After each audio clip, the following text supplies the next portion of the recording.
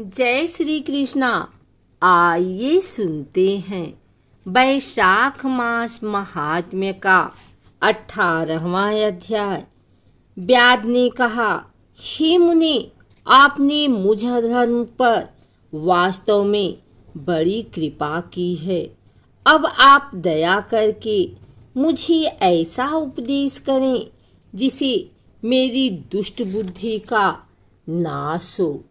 तब शंख बोले, हे व्याध, यहाँ धूप है, चलो ऐसी जगह चलें जहाँ शीतलता हो और जल हो। तब वह व्याध मुनि के समीप ही एक सरोवर के किनारे ले गया।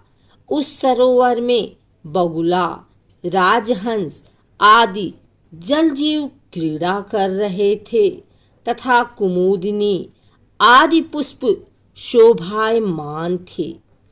किनारे पर अनेक प्रकार के वृक्ष थे। वहां शंख मुनि ने स्नान किया। फिर जब वे जल पीकर स्वस्थ हुए तो एक छायादार वृक्ष के नीचे बैठकर व्याध से इस प्रकार कहने लगे, हे व्याध, वैशाख धर्म सब धर्मों से श्रेष्ठ है। यह महान फल देने वाला है। अब तू पहले अपने पिछले जन्म का वृतांत श्रवण कर। पिछले जन्म में तू शाकल नगर में रहने वाला एक वेदपाठी ब्राह्मण था। तूने श्री वत्स गोत्र में जन्म धारण लिया था और तेरा नाम स्तंभ था। वहां तेरा संबंध एक वेश्या से हो गया तथा उस दुराचारणी की संगति के कारण तू शूद्रों के समान कर्म करने लगा और धर्म से विमुख हो गया। परंतु तेरी भार्या ब्राह्मणी परम रूपवती और पतिव्रता थी।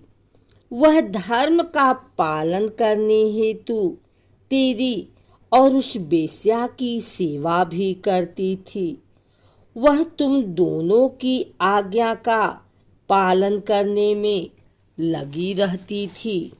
संयोग से एक दिन तूने भैंस का दूध पिया और मूली सेवन करने के बाद तिल भी खाए। इस कारण तुझे दारुण भगंदर रोग हो गया, जिससे तू महान कष्ट पाने लगा। इस रोग के कारण तेरा धन भी शीघ्र ही नष्ट हो गया। तब तो धनहीन और रोगी जानकर वह वेश्या भी तुझे त्याग कर चली गई। तब तुझे चेत हुआ और अपनी भार्या ब्राह्मणी से बोला, हे सुमुखी, अब तू मेरी रक्षा कर। मैं अब तेरी ही शरण हूँ। मैं तेरी अवज्ञा करने के कारण अवश्य ही पाप योनि में पड़ूंगा। यह सुनकर ब्राह्मणी ने हाथ जोड़कर कहा, हे कांत, आप इस प्रकार आर्त वचन कहकर मुझे लज्जित ना करें।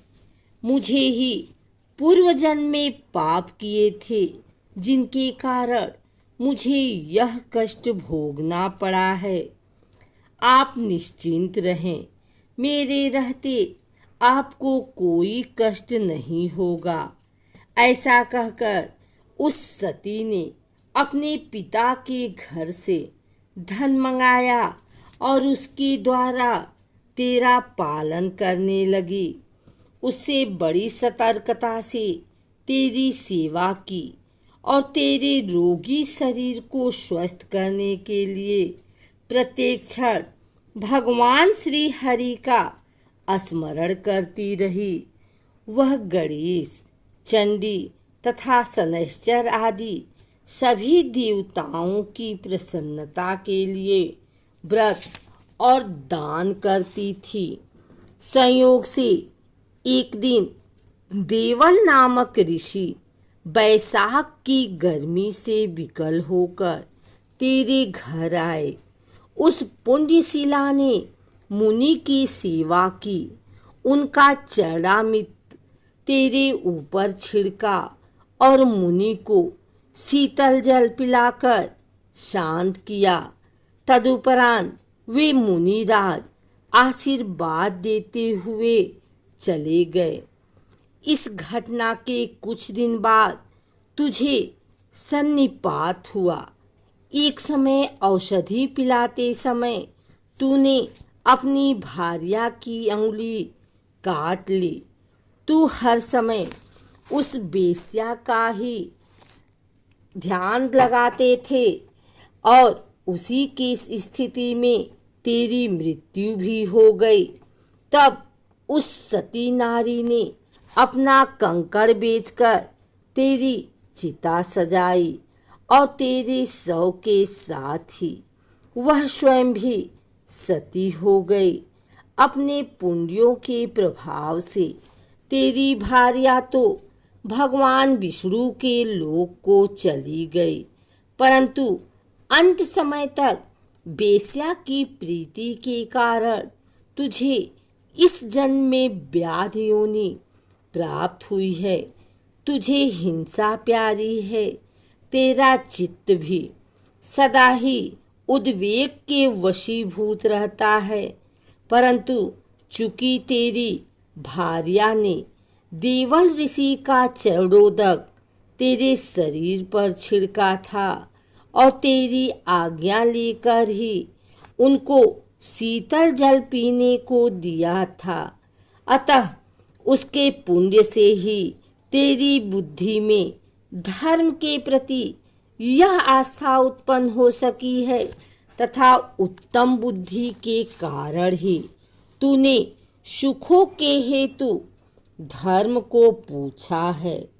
हे व्याध, मैंने तेरे पूर्व जन्म का सभी वृत्तांत बता दिया है।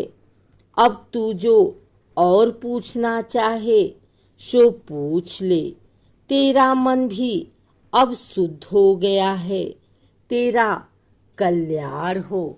अगर आपको हमारी वीडियो अच्छी लगी हो तो इसे लाइक करें, कमेंट करें, शेयर करें। हमारे चैनल भक्ति गाथा को सब्सक्राइब करके बेल नोटिफिकेशन ऑल पर सेट कर लें ताकि आगे आने वाली वीडियो सबसे पहले आप तक पहुंच सके। धन्यवाद।